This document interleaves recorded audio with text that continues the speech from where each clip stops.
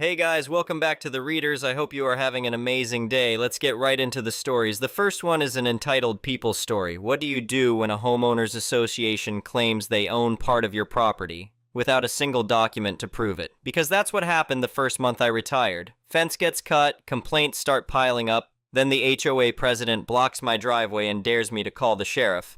So I did, and the moment the deputies recognized me, everything changed. After 30 years in law enforcement, I thought I'd seen every kind of entitled behavior there was. I dealt with sovereign citizens, drunk rich kids who thought daddy's money made them above the law, and more than my fair share of people who genuinely believed the rules didn't apply to them. But nothing quite prepared me for retirement and my encounter with Martha Henderson, the president of the Whispering Pines Homeowners Association. Let me back up a bit. I spent 3 decades working my way up through the ranks of the county sheriff's department. Started as a deputy fresh out of the academy, worked patrol, moved to investigations, eventually became undersheriff, and finally served 8 years as sheriff. It was a good career. I loved the work, loved serving my community, but after 30 years of dealing with the worst humanity had to offer, I was ready for something different. I wanted peace, quiet, and a place where I could actually see the stars at night without light pollution. I'd been planning my retirement for years, saving up, looking at properties. My wife had passed away 5 years before I retired, and my kids were grown with families of their own in other states. I didn't need much, just some land, some privacy, and maybe a few horses to keep me company. That's when I found it, a beautiful 200-acre ranch about 40 miles outside the county seat. Rolling hills, a small creek running through the property, a decent-sized house that needed some work but had good bones. The previous owner had let the place go a bit, but I could see its potential. The property bordered a newer housing development called Whispering Pines on one side. These weren't mansions or anything, just nice middle-class homes on quarter-acre lots, but they had all the HOA trappings, uniform mailboxes, strict paint color requirements, that sort of thing. The development had been built about 10 years earlier, and from what I could tell during my initial visits to look at the ranch, the residents seemed pleasant enough. The property line was clearly marked with an old fence that needed some repair, but the boundary was obvious and well established. I bought the place in early April, closed on it 3 weeks after my retirement party. Spent the first month just doing basic maintenance, fixing that fence, repairing some sections of the barn, getting the house livable. I was minding my own business, enjoying my retirement, when Martha Henderson first showed up. It was a Saturday morning in late May. I was out by the fence line closest to Whispering Pines, replacing some rotted posts. I heard a car pull up and turned to see a silver Lexus SUV parked on the development side of the fence. A woman in her mid-50s stepped out, dressed like she was heading to a country club luncheon rather than walking through grass. Heels, pressed slacks, the works. "Excuse me," she called out, approaching the fence with a folder tucked under her arm. "I'm Martha Henderson, president of the Whispering Pines HOA. I need to speak with you about this fence." I wiped my hands on my jeans and walked over. "Nice to meet you. I'm the new owner here, just doing some repairs on my fence line." She gave me a look that I'd seen 1,000 times before. That particular expression people get when they think they're about to deliver news that will devastate you and they're already savoring it. "Actually, that's what I need to discuss. This fence is on community property. It needs to come down." I blinked. "I'm sorry, what?" She opened her folder and pulled out what looked like a property map. "This entire area," she gestured broadly at about 20 feet of my property along the fence line, "is designated as community green space for Whispering Pines. The previous owner had an informal arrangement with us. He didn't use this strip of land and we maintained it. Now that you're the new owner, we need to formalize that arrangement. We're willing to let you keep your fence up if you sign an easement acknowledging our rights to the land." Now, I'd dealt with property disputes before in my career. I knew property law pretty well, from handling everything from boundary arguments between neighbors to complex easement issues. I also knew my property records cold. I'd reviewed every document multiple times before buying. "Ma'am, I appreciate you coming by, but I think there's been a misunderstanding. This is my property. I have the deed, the survey, everything's clearly documented. This fence sits entirely on my land, about 10 feet inside my actual property line." Her expression hardened. "I don't think you understand. The developer set aside this land for community use. Just because you bought the adjacent property doesn't mean you can ignore that agreement." "What agreement?" I asked, keeping my tone polite but firm. "Do you have documentation showing an easement on my deed?" "We're in the process of filing the paperwork," she said, which was the kind of non-answer that immediately told me there was no such documentation. "But everyone knows this has always been community space. The previous owner never objected." "The previous owner also let the whole place fall apart," I pointed out. "Just because someone doesn't enforce their property rights doesn't mean those rights cease to exist. This is my land. It's clearly delineated in my deed and survey, and I pay property taxes on every inch of it, including this strip you're talking about." She drew herself up, and I could see her shifting into what she probably thought was an intimidating posture. "We'll see about that. The HOA has legal counsel, and we will be pursuing this. I strongly suggest you not do anything further to this fence until the matter is resolved." With that, she marched back to her Lexus and drove off. I stood there shaking my head. 30 years of law enforcement should have taught me that people will always find new ways to surprise you, but here I was, surprised anyway. That evening, I pulled out all my property documents and reviewed them again. The deed was crystal clear. The survey, which had been updated just before my purchase as part of the closing process, showed exact measurements. The property line was marked with iron pins at each corner and at intervals along the boundaries. Everything was documented with the county. There was absolutely no mention of any easement, formal or informal. I had clear, legal, recorded title to every square inch of those 200 acres. I figured that would be the end of it. Martha would check with her lawyer, realize she had no case, and we'd all move on with our lives. I was wrong.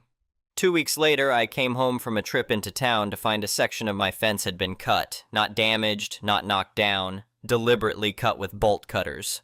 3 posts worth of fencing just cut and pushed aside.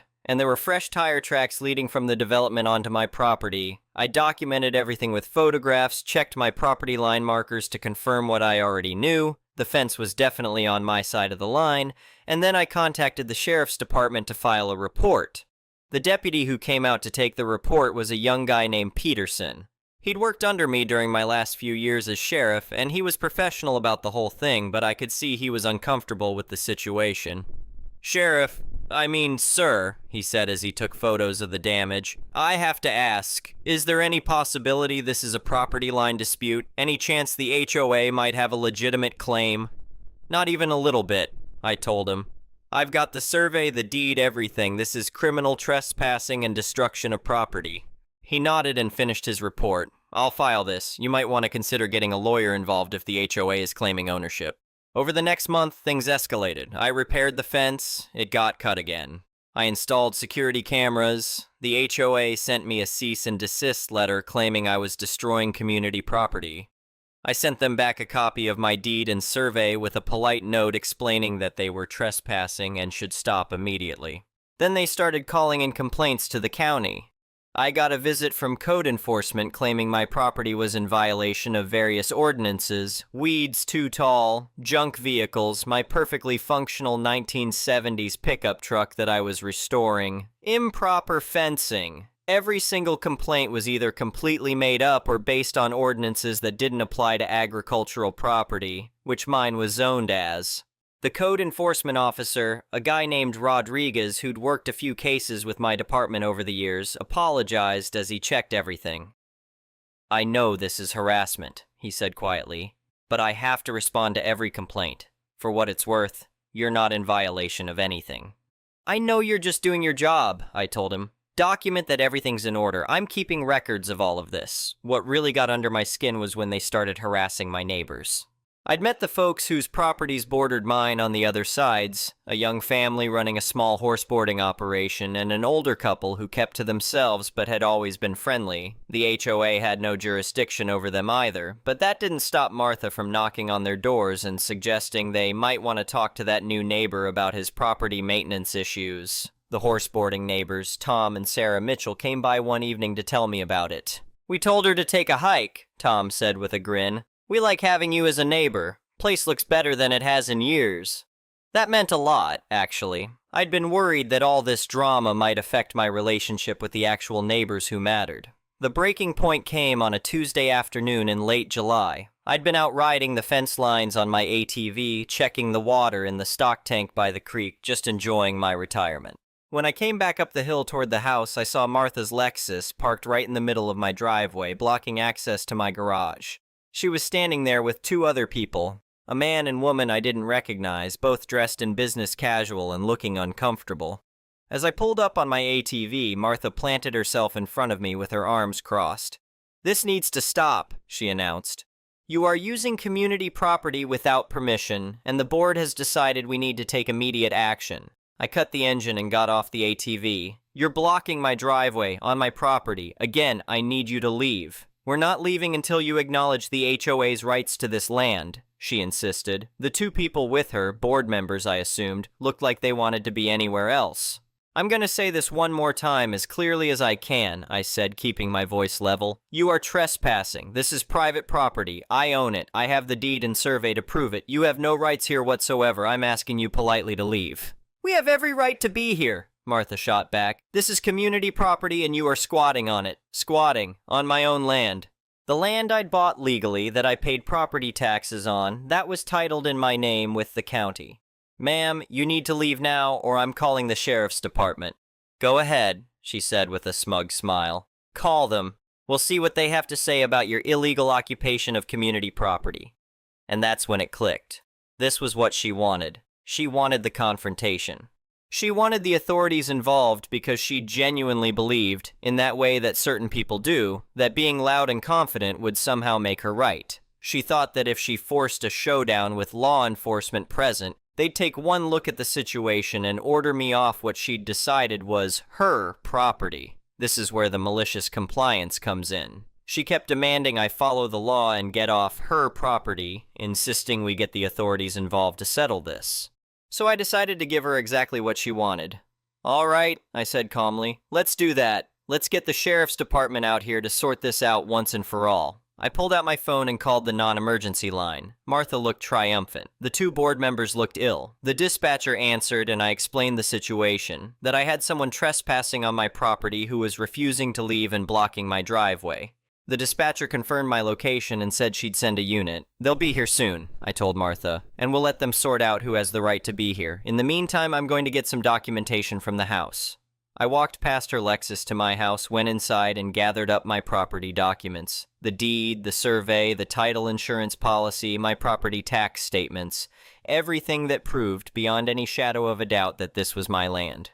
When I came back out, Martha was on her phone. I could hear her clearly. "Yes, cops. I need to report someone squatting on community property and refusing to leave. He's being aggressive and I feel threatened." She gave my address and described me in terms that made me sound like some kind of dangerous vagrant rather than a retired law enforcement officer on his own property. The two board members were having a quiet, urgent conversation by their car. I caught bits of it. "Didn't sign up for this. And need to see their documentation." They knew this was going sideways. About 20 minutes later, a sheriff's department vehicle pulled up, followed shortly by another. 3 deputies got out, 2 from the first car, 1 from the second. I recognized all of them. They'd all worked under me at various points during my years in the department. The senior deputy, a veteran named Marcus Webb, who'd been with the department for almost as long as I had, approached with his hand resting casually on his belt. "Afternoon, folks. We got a call about a trespassing situation." Martha immediately launched into her speech. "Yes, officer, thank goodness you're here. This man is squatting on community property. We've asked him repeatedly to leave and he refuses. He's being hostile and threatening." Webb's expression didn't change, but I saw his eyes flick to me and then to the house behind me. "And this is community property belonging to the Whispering Pines Homeowners Association," Martha said firmly. "I'm the president. This land has always been designated for community use and he's occupying it illegally." "I see," Webb said. He turned to me.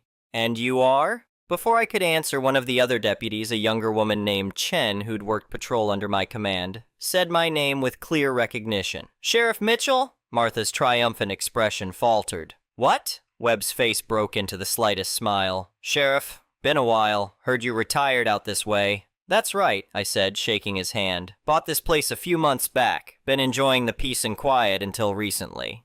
I saw the moment it clicked for Martha, the realization that this wasn't going to go the way she'd planned. Webb turned back to her. "Ma'am, you're saying this property belongs to your HOA?" "Yes," she said, but there was less confidence in her voice now. "The previous owner had an arrangement with us. This strip of land along our development has always been community space. Do you have documentation of that arrangement? Webb asked.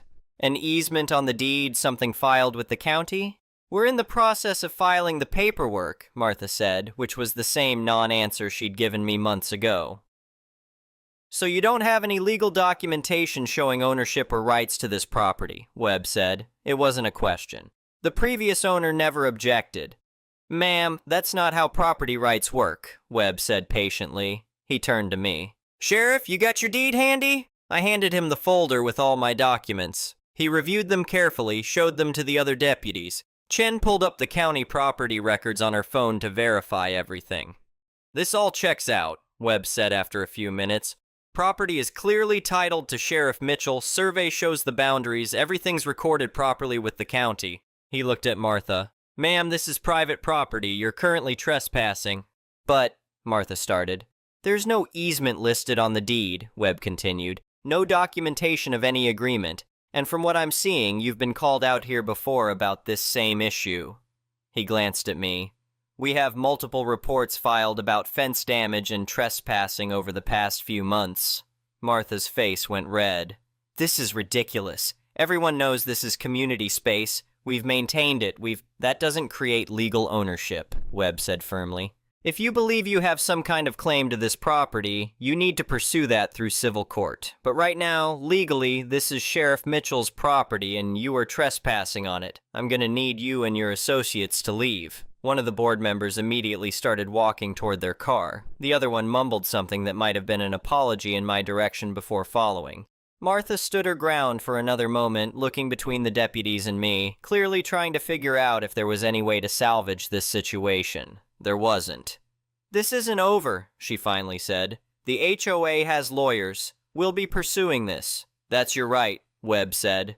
But you need to do it through proper legal channels, not by trespassing and harassing Sheriff Mitchell. And ma'am, filing a false cops report is a crime. The next time you call emergency services to this location, you better make sure there's an actual emergency. The deputies waited until all three of them had gotten in their vehicles and left before turning back to me. Sorry you're dealing with this, Sheriff, Webb said. Want me to document everything in a report? Please, I said. I've got a feeling this isn't quite done yet. He nodded. We'll make it clear in the report that the property ownership is undisputed and any future trespassing will result in charges. Might want to consider a restraining order if she keeps this up. The deputies took photos of everything. My deed, survey, the property markers, the fence line, even Martha's tire tracks in my driveway. They were thorough, which I appreciated. When they finished, Webb shook my hand again. Enjoy your retirement, Sheriff. You earned it. Don't let these HOA folks spoil it for you. After they left, I stood in my driveway for a while, just looking out over my property. The sun was starting to set, painting the hills in shades of gold and orange. It was beautiful, peaceful, exactly what I'd wanted. But I knew Martha Henderson wasn't done. People like that don't let go easily, especially when they've been embarrassed in front of their board members and the authorities. Sure enough, 2 weeks later I got served with papers. The Whispering Pines HOA was suing me, claiming that an easement existed on my property based on historic use, and seeking to establish legal access to the disputed strip of land. They also claimed I'd been interfering with their property rights and requested damages for the emotional distress caused to their members. I hired a lawyer who specialized in property law, a sharp woman named Patricia Reeves, who came highly recommended.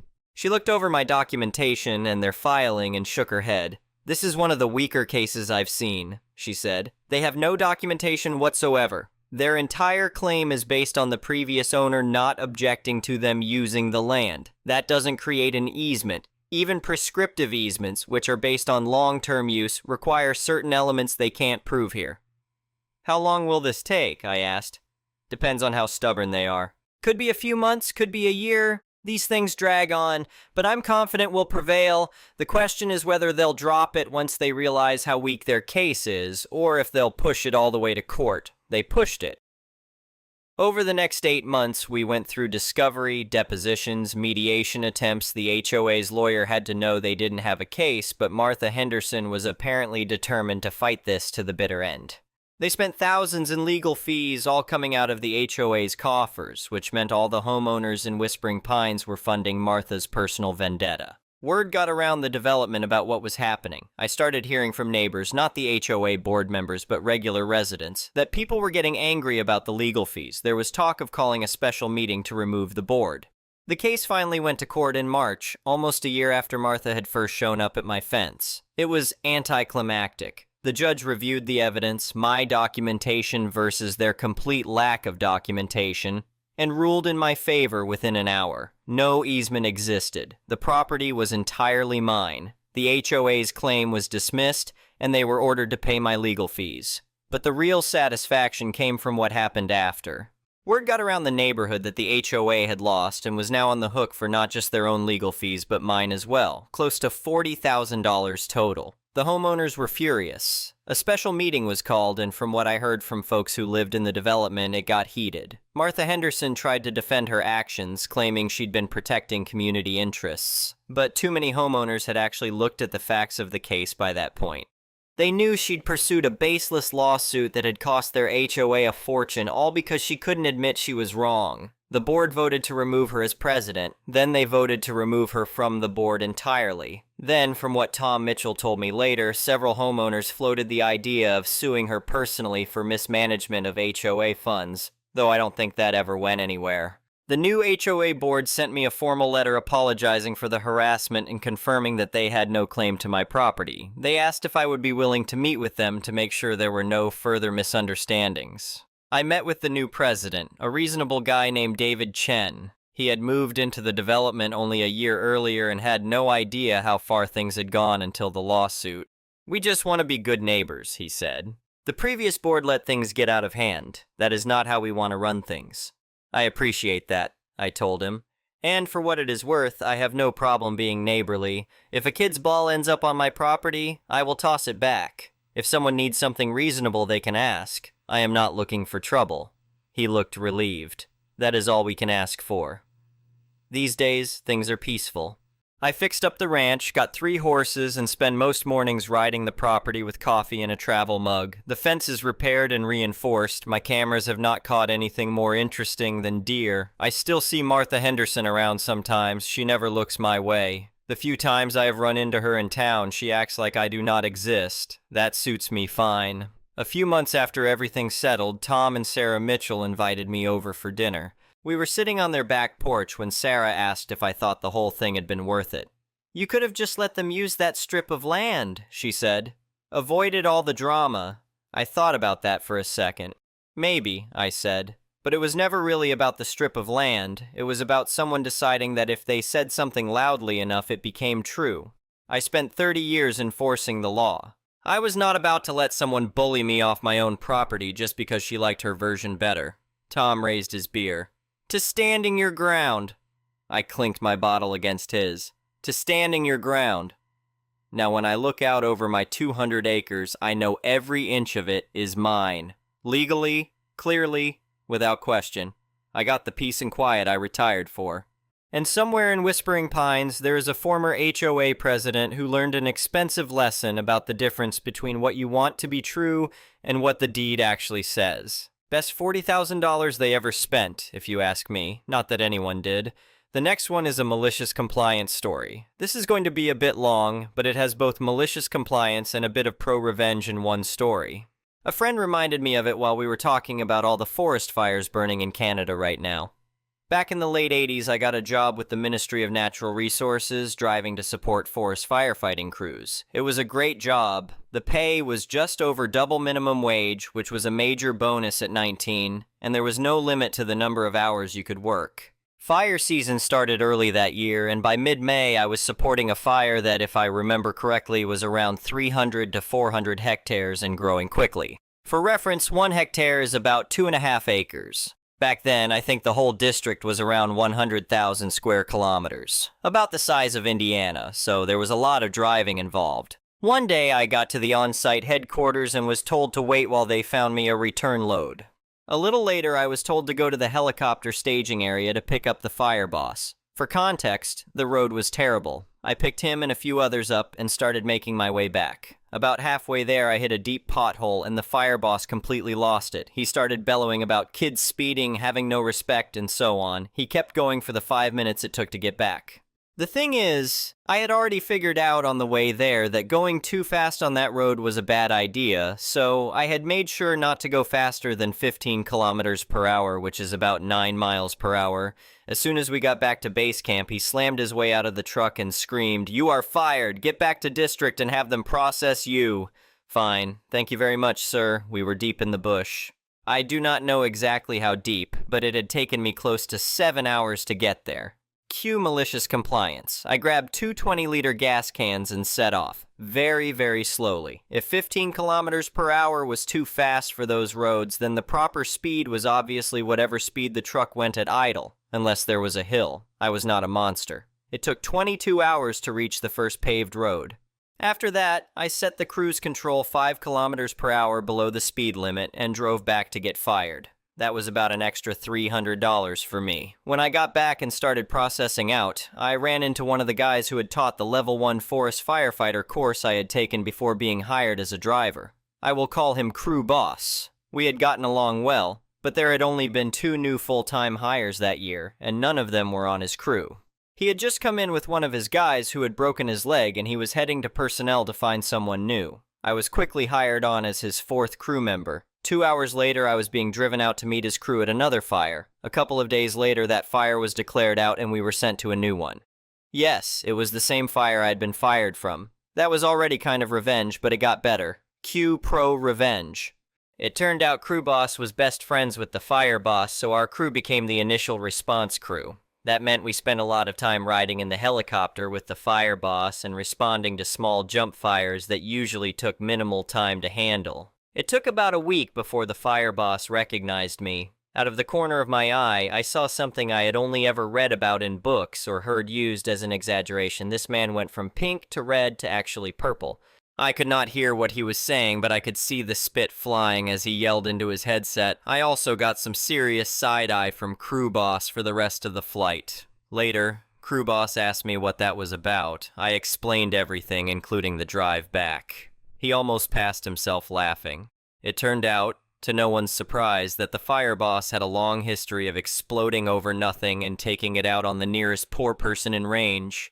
He ended up firing 2 more people over the same thing and likely over the same pothole. Crew Boss already knew what the fire boss was like, but they got along really well. It also turned out that Crew Boss really enjoyed poking the bear. For the rest of that fire, Crew Boss made sure I was seated so I would be the first person the fire boss saw whenever he looked over his shoulder. On a later fire, our crew got administrative duties, and Crew Boss became the fire boss's second in command. I gotta be what Crew Boss called his helper monkey and the fire boss's jock itch. The rest of the crew knew the story, so there was no friction. They thought the whole thing was hilarious. It was a great summer, and I worked for Crew Boss for 3 more summers while I was in university. I always went back to school with great stories, really nice money, and in amazing shape, though with a very strange tan. I also collected unemployment during school. I am not completely sure if that was legal, but no one said anything, and I am pretty sure the time limit on that has long since run out anyway. The next one is an entitled people story. I used to fly for work a lot. Because of that, I have so many entitled passenger stories that, after a while, this kind of behavior stopped surprising me. This is one of those stories. Since I used to fly so often, I was frequently upgraded to business class, first class, or simply better seats using miles. This particular flight was a connection for me, so I arrived and boarded later than most of the plane. As soon as I walked in, I saw someone was sitting in my seat. Since I had been upgraded, this was a seat in the first class or business class section. If you fly enough, you know that someone sitting in your assigned seat is not uncommon. I said, "Excuse me, I believe you are in my seat." The entitled passenger did not even bother looking up at me.